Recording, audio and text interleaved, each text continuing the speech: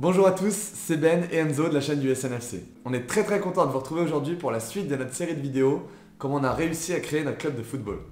Dans cet épisode, on va vous présenter toute la partie équipementier. C'est une partie qui est quand même très intéressante quand tu construis le projet, et c'est une classe obligatoire pour tous les clubs de foot. On va vous présenter quel équipementier on a choisi, et comment ça se passe en fait pour toutes les commandes, que ce soit pour les maillots, ou pour les survêtements et les équipements.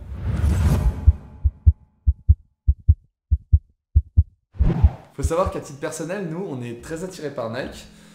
Donc quand il a fallu se pencher sur un équipementier, on est directement parti sur Nike. Faut savoir aussi que cette décision, c'est un choix. Il y a beaucoup de personnes dans notre entourage qui nous a dit bien joué pour votre partenariat avec Nike. Mais en fait, pas du tout, c'est pas du tout un partenariat, c'est juste un choix. On est des clients de Nike, on a payé pour les maillots, pour les shorts, pour les chaussettes.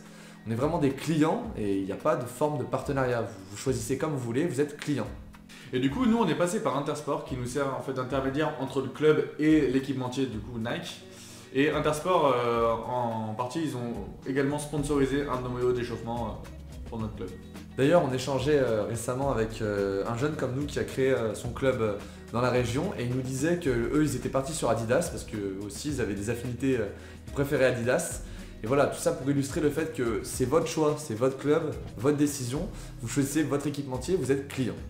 Chose importante aussi à pas oublier et à prendre en compte en fait, c'est que autour du club il n'y a pas que les joueurs, il y a aussi des bénévoles comme le coach par exemple, et toutes les personnes qui sont autour de votre club. Donc il faut bien penser à eux et l'objectif en fait c'est à terme de faire des commandes les plus groupées possibles pour du coup faciliter la récupération des commandes mais aussi votre trésorerie avec des factures plus groupées. Nous on n'a pas pu trop anticiper pour cette première saison puisqu'on s'est créé en début d'été, mais Maxime qui est notre interlocuteur chez Intersport, il nous a conseillé de s'y prendre quand même vachement à l'avance, genre environ 3 mois à l'avance, en fait pour être sûr d'avoir nos équipements dès la rentrée quand les entraînements reprendront. La principale raison qui explique ces 3 mois où il faut s'y prendre en avance, c'est parce que tous les clubs et toutes les entités autour de vous vont essayer de commander en même temps. Et d'un point de vue stock, chez les équipementiers, ça peut parfois être compliqué. Donc voilà, nous à titre d'exemple, on a reçu nos survêtements uniquement en novembre, donc on n'avait rien pour le début de saison. Donc voilà, il faut s'y prendre bien en avance.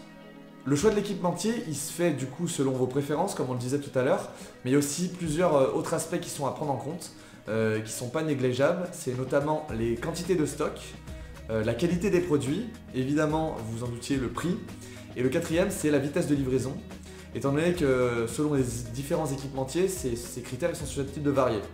Le commercial avec qui on discute, il nous distribue plusieurs catalogues de toutes les différentes marques qui existent pour les clubs. Et ça nous permet de voir en fait les premiers modèles, les différents modèles qu'on peut avoir et d'avoir des premiers aperçus. La chose importante, c'est qu'il nous montre aussi les informations essentielles à retenir de ces catalogues.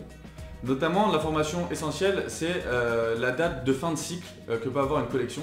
Parce que selon la date de fin de cycle, ça va aussi influencer votre choix.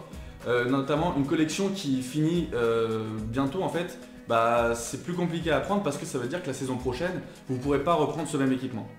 L'intérêt de passer par Intersport et du coup avec Maxime dans notre cas, ça a été de bénéficier d'un tarif qui est avantageux. En effet, Intersport, comme ils traitent avec plusieurs clubs de foot, plusieurs clubs de tous les sports d'ailleurs, ils vont avoir accès à des tarifs qui sont beaucoup plus avantageux que si on traitait directement avec Nike par exemple.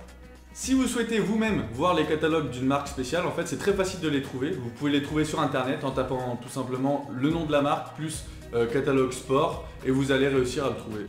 Ok, donc du coup on va vous montrer rapidement tous les équipements qu'on a fait pour cette première saison. Déjà du coup les maillots A et B. Alors du coup ici vous avez le maillot A, voilà, assez basique. Et ici du coup le maillot B. On s'est fait un petit peu plus plaisir avec le maillot B. Vous pouvez voir qu'il est il y a un peu plus de détails. Voilà, on voulait se faire plus plaisir avec le B, ça nous a coûté un petit peu plus cher. Et du coup on a dû équilibrer ça avec un maillot plus basique pour le A. Donc les deux modèles c'est le Tiempo et ici du coup le Strike. Voilà. Ensuite on a fait un maillot d'échauffement en fait pour toute l'équipe, donc ça c'était un peu aussi un plaisir parce que c'est pas quelque chose qui est obligatoire. Et sur ce maillot là en fait pour bien rentrer dans le budget, c'est vrai qu'on a fait pas mal de sponsoring, voilà, avec notamment pas mal d'artisans de notre village, donc voilà, c'est quelque chose dont on est plutôt fiers, c'est quelque chose qu'on a apprécié de faire. Derrière du coup classique, short chaussettes, les deux en noir. Et du coup les deux, le short et les chaussettes fonctionnent, du coup on peut les mettre avec le maillot A et le maillot B qui est noir. Donc là, ça nous a permis de réduire les frais, étant donné que du coup, on fournit qu'une paire de chaussettes et qu'un short pour chacun des licenciés. Et du coup, on peut les mettre avec les 2 tenues. Maintenant, l'ensemble de survêtements. Donc là, on est parti sur un haut de survêtement qui est un pull zippé et un bas de survêtement classique. Donc on a pris des équipements Kappa. Pourquoi Kappa en fait? Eh bien, c'est parce que Nike avait tout simplement plus de stock. Ce qui nous a forcé en fait à revoir nos plans et à nous orienter vers un autre fournisseur. Ça montre un peu ce que vous expliquez au début et qu'il y a certaines problématiques qui nous forcent à changer notre fusil d'épaule. Voilà, du coup, on dirait qu'on a fait le tour du coup, de ce volet équipementier dans la gestion d'un club.